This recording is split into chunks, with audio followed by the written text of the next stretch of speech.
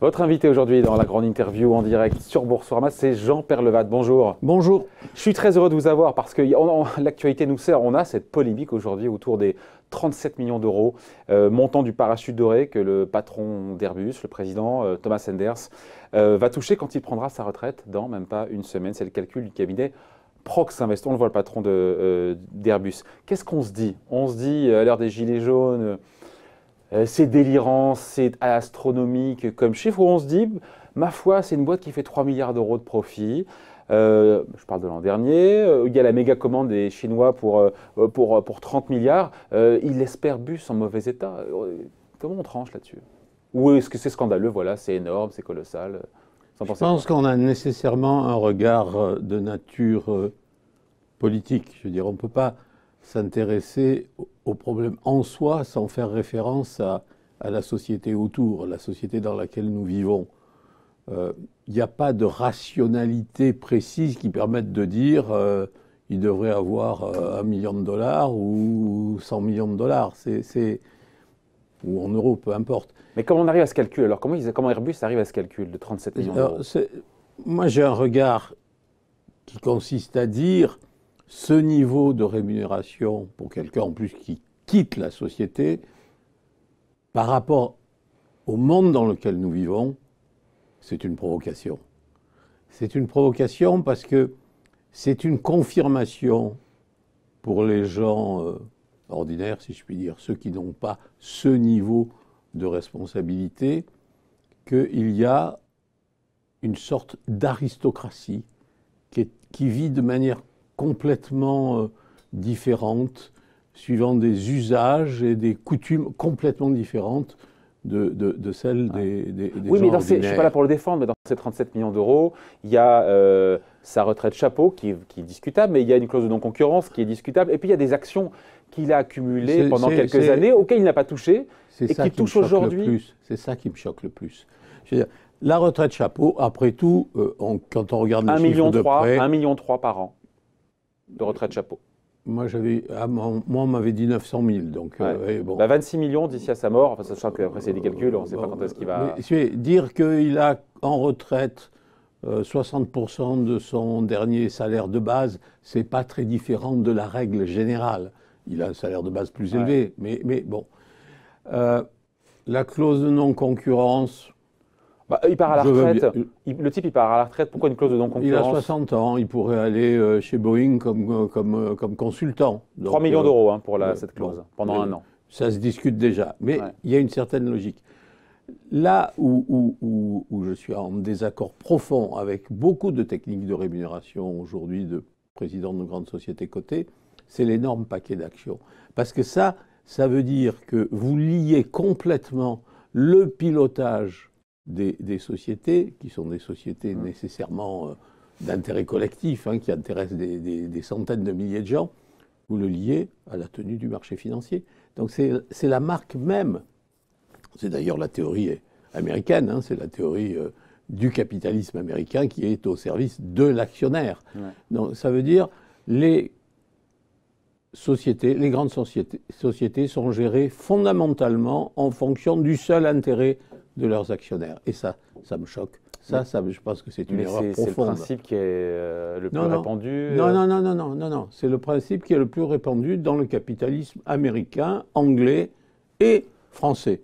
Ce n'est pas le principe qui est répandu dans les capitalismes nordiques. Donc c'est extravagant, c'est choquant, ces 37 millions de parachutes dorés. Oui. Parce que ça met, une fois de plus, ça met les bénéficiaires en dehors de la société de tous les jours. Ça les met dans une caste à part. Mais encore une fois, ce n'est pas justifié par des performances économiques qui sont très bonnes d'Airbus. Et ses homologues, le patron de Boeing, je pense qu'il gagne beaucoup plus. Il vit aux États-Unis.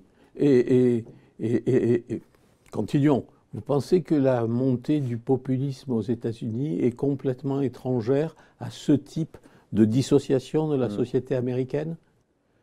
Toutes les dissociations auxquelles on assiste, les montées du populisme, ça va avec cette idée qu'il y a une catégorie de gens. Après, s'il y a création de valeur, encore une fois, en milliards, que le type derrière en est, c'est pas non plus. Pardon, mais ça n'a rien à voir avec le foot, mais quand Neymar gagne, je sais pas, 3 ou 4 millions par mois, tout le monde trouve ça merveilleux. Complètement différent.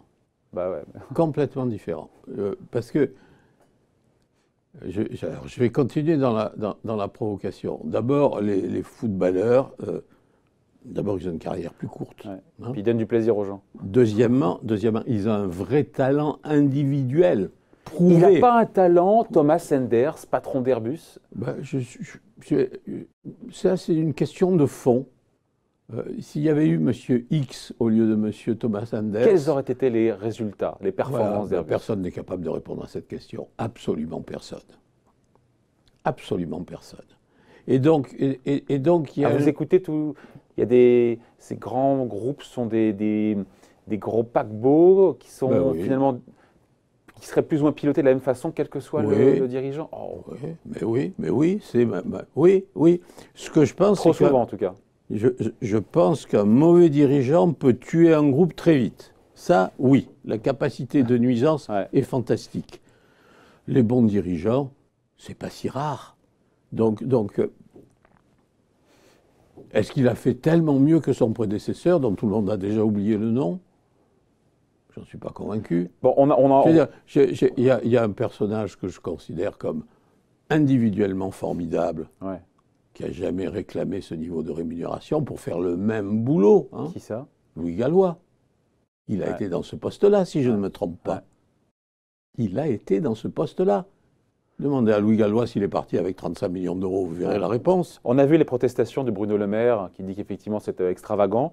L'État est au capital d'Airbus, 11% d'Airbus, mais l'État n'est pas au conseil d'administration. L'État ne peut rien faire. On regarde, l'État est impuissant face à... Mais enfin... Au-delà du ministère de la Parole. À nouveau, c'est un problème de société. Pourquoi il n'y a rien dans la loi Pacte qui, paraît-il, va moderniser tout notre capitalisme? Pourquoi il n'y a rien dans la loi Pacte? Airbus est de droit néerlandais, donc les actionnaires ne pourront pas s'opposer, ne pourront pas voter et s'opposer. Oui, mais vous pouvez éventuellement avoir des réglementations françaises. Il y a un comité d'entreprise, Airbus, j'imagine, en France. Vous pourriez soumettre éventuellement la hiérarchie des salaires à l'avis des salariés. C'est un vote consultatif, comme on dit. Oui, si c'était déjà discuté... Le régulateur pourrait, en France, les gouvernements pourraient mettre au-là à ce type de rémunération. Et pourquoi c'est pas fait alors? Quand on voit Bruno Le Maire qui dit c'est extravagant. Parce que c'est tellement commode de protester verbalement et d'accepter dans les faits. C'est difficile d'aller réglementer d'une manière ou d'une autre. Moi, je pense que ce n'est pas tellement le règlement qui est important. C'est le fait de, plus que consulter, avoir un avis conforme des actionnaires. Ça peut parfaitement s'imposer. L'AMF pourrait le faire. Hein.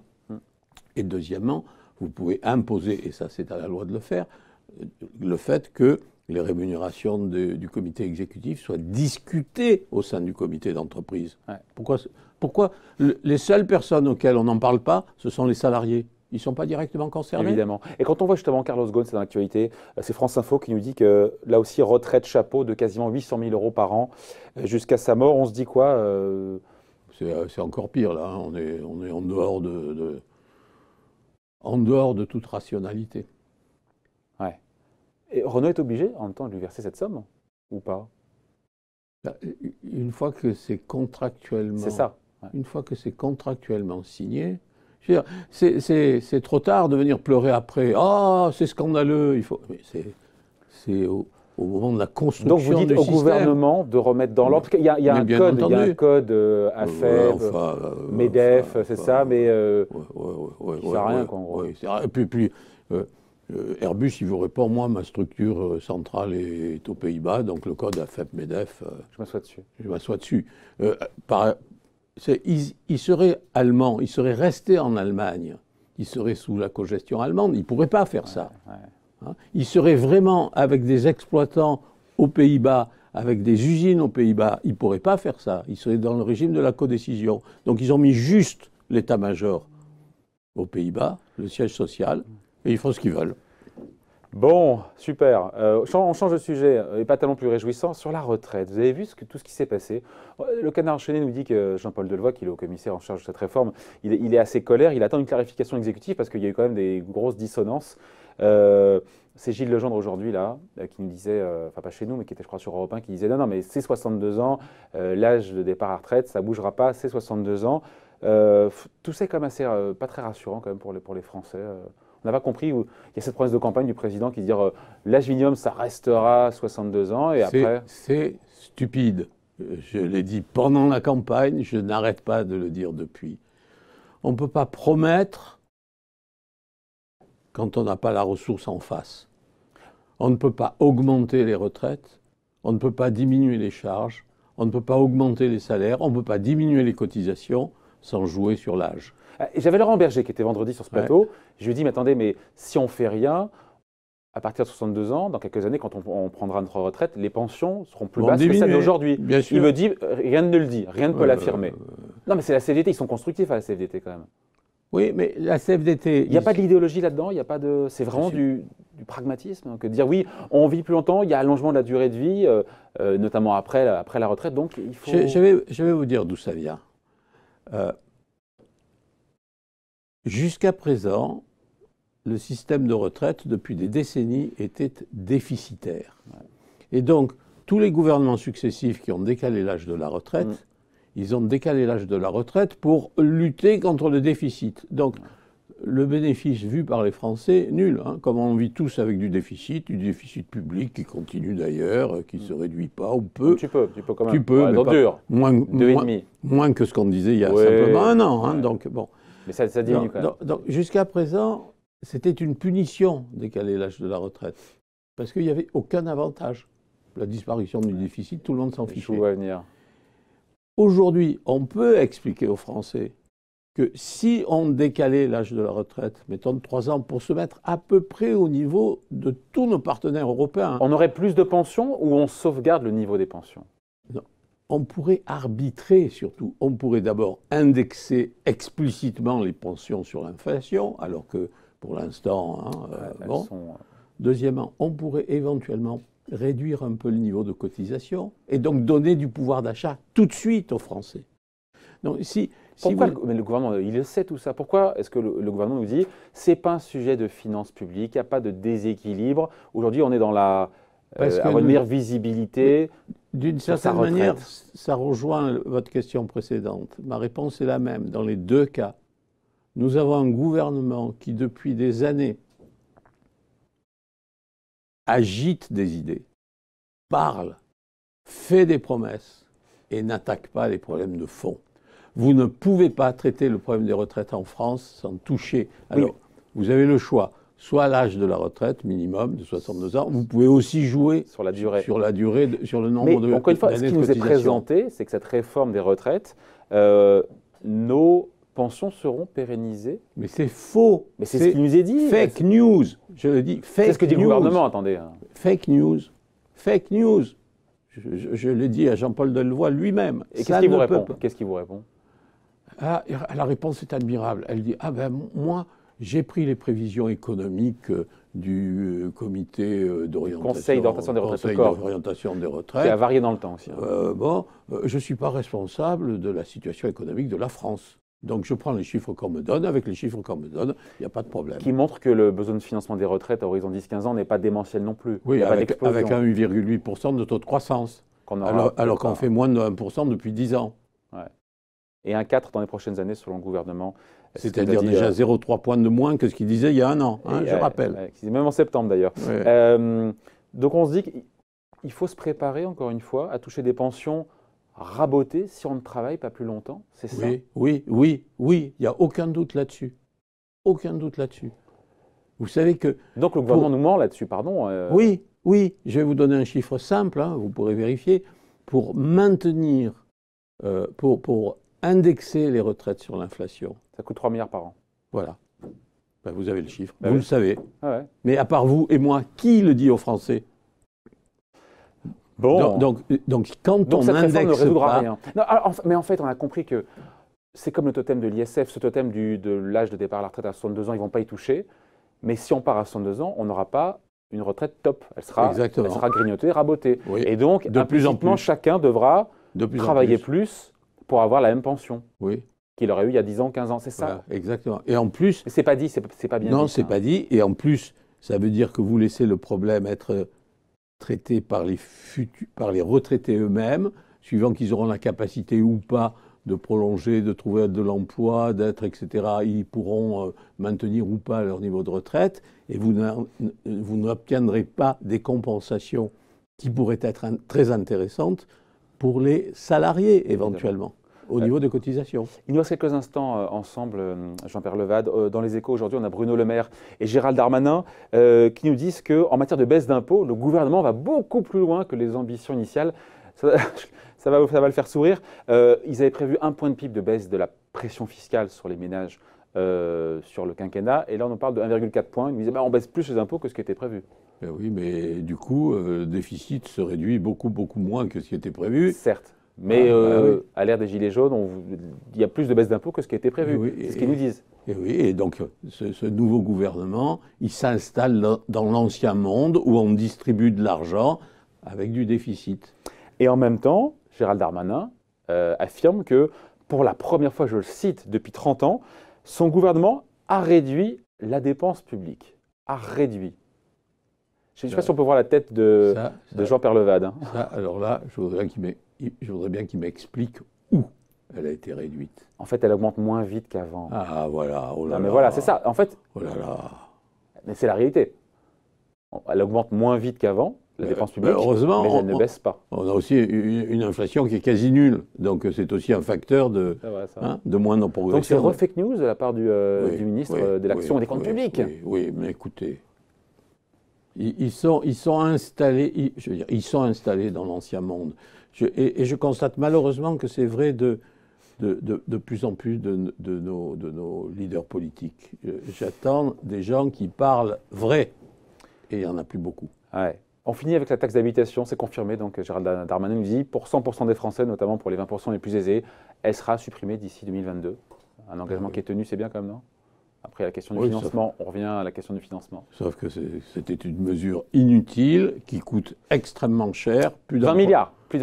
Un point de PIB, c'est-à-dire à peu près la marge de jeu d'un gouvernement sur un quinquennat. Voilà, grillé en supprimant la taxe d'habitation. Et vous obtenez par ailleurs qu'il n'arrive pas à baisser les impôts sur la production de l'appareil productif. Vous savez que ça n'intéresse pas les Français, c'est terrible. Hein. Mais dire que les entreprises payent 70 milliards d'euros d'impôts avant d'avoir sorti le moindre centime d'euros de bénéfices. Vous entendez beaucoup de gens au gouvernement insister sur notre manque de compétitivité. On n'en parle plus. C'est un peu la politique qui est menée quand même par le gouvernement. Quand même. Vous plaisantez, qu'est-ce qu'il a fait pour les entreprises ? Transformation du CICE en baisse de charges, baisse de l'impôt sur les sociétés, baisse de l'IS. Le CICE, il avait déjà été fait, il en reprend une partie en le transformant en baisse des charges. Hein. Parce que ça fera plus d'IS. Voilà, donc il reprend... globalement... non, il reprend 7 ou 8 milliards. 7 ou 8 milliards. Baisse de l'IS à 25%. On se rapproche des standards. C'était déjà promis, il n'y a rien de nouveau, et pour l'instant ça n'est pas matérialisé. Bon, c'est à venir. Taxation du capital, l'ISF...